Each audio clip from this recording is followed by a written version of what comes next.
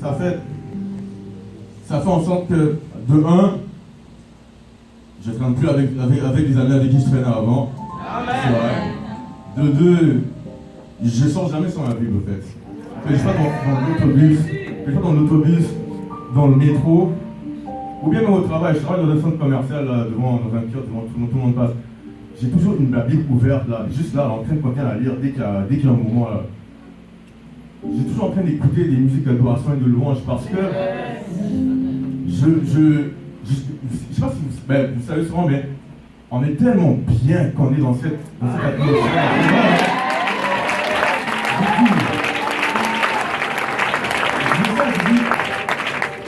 Je disais, l'adoration, il y a quelque chose dans ça. C'est un pouvoir dans l'adoration. Mais j'aime ça, j'aime écouter ça et je suis toujours en train d'écouter des louanges. Je suis dans le métro, je vous dis, j'écoute des louanges en train de prier avec mes mains comme ça. Il y a sûrement des gens qui me regardent, mais j'aime ça. Et puis, quand je fais un certain temps sans le faire, je me sens bizarre. Je dis non, il faut que je communique avec le Seigneur. Il faut que je sois en communion avec lui, en constante communion. Il faut que je baigne une vie de prière. Il faut que je baigne dans cette atmosphère divine en tout temps. Pourquoi? Parce que la prière, c'est une force au fait. Parce que quand vous sortez dehors, à la maison c'est facile, c'est bien. Vous êtes entouré des gens qui connaissent le Seigneur et tout. Mais rendu dehors, vous arrivez dehors, c'est la tentation, c'est le monde. Les gens s'en foutent de Dieu. Le diable, il œuvre vraiment. Les gens sont méchants, ils vous répondent de telle façon. Ça peut avoir un impact sur vous, un impact négatif, mais c'est en restant dans la prière que ça empêche l'ennemi de vous atteindre en fait. Donc c'est ça avec moi. Que je suis au travail, je suis en pause, je vais dans l'arrière-boutique, je commence à prier. Parce que des fois, juste un client qui commence à m'énerver, ça peut avoir un impact sur mes émotions, mais c'est pas normal. Donc je vais prier parce que en même temps, je désire voir le monde et les gens, pas à travers mon point de vue, pas à travers mes yeux, mais à travers les yeux de Dieu.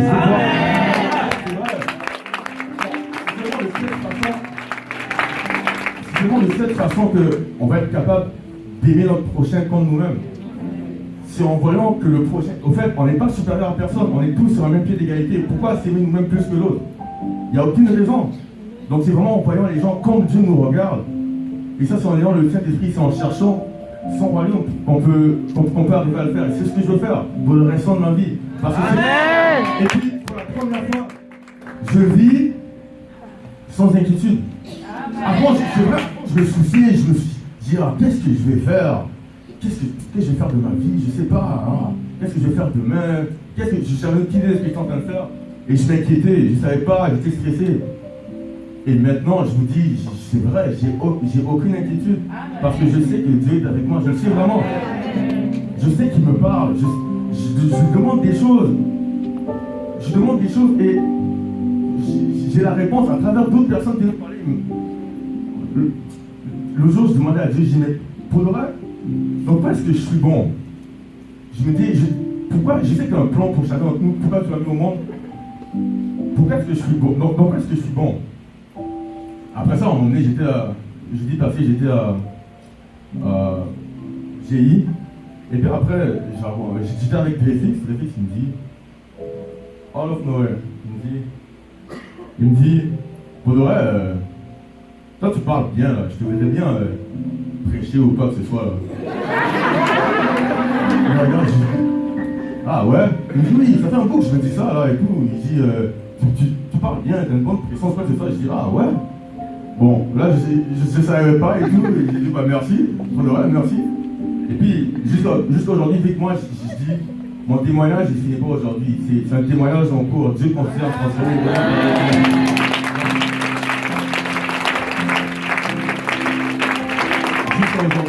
Jusqu'à aujourd'hui, je continue à prier le Seigneur pour qu'il me relève.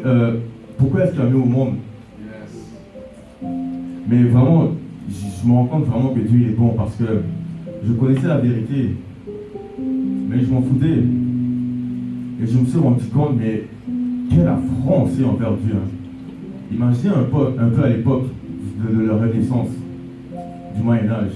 Si un roi il convoquait un simple paysan, il dit viens On le convoque, et le paysan, il dit, wow, le roi me convoque. Il dit, oh, tout un honneur.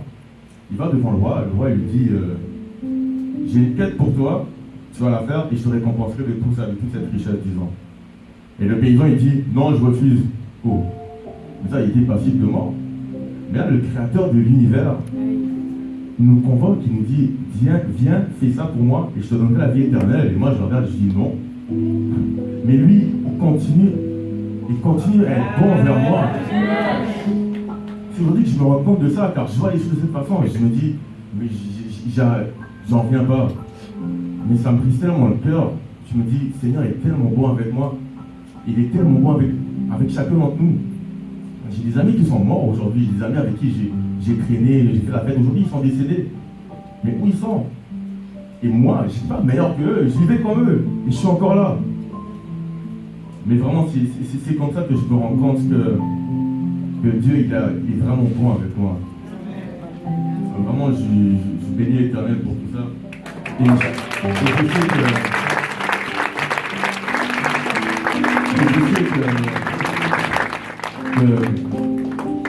je sais que le Seigneur nous fera témoigner pour sa gloire, et ces témoignages engendrera d'autres témoignages qui nous rendront la gloire.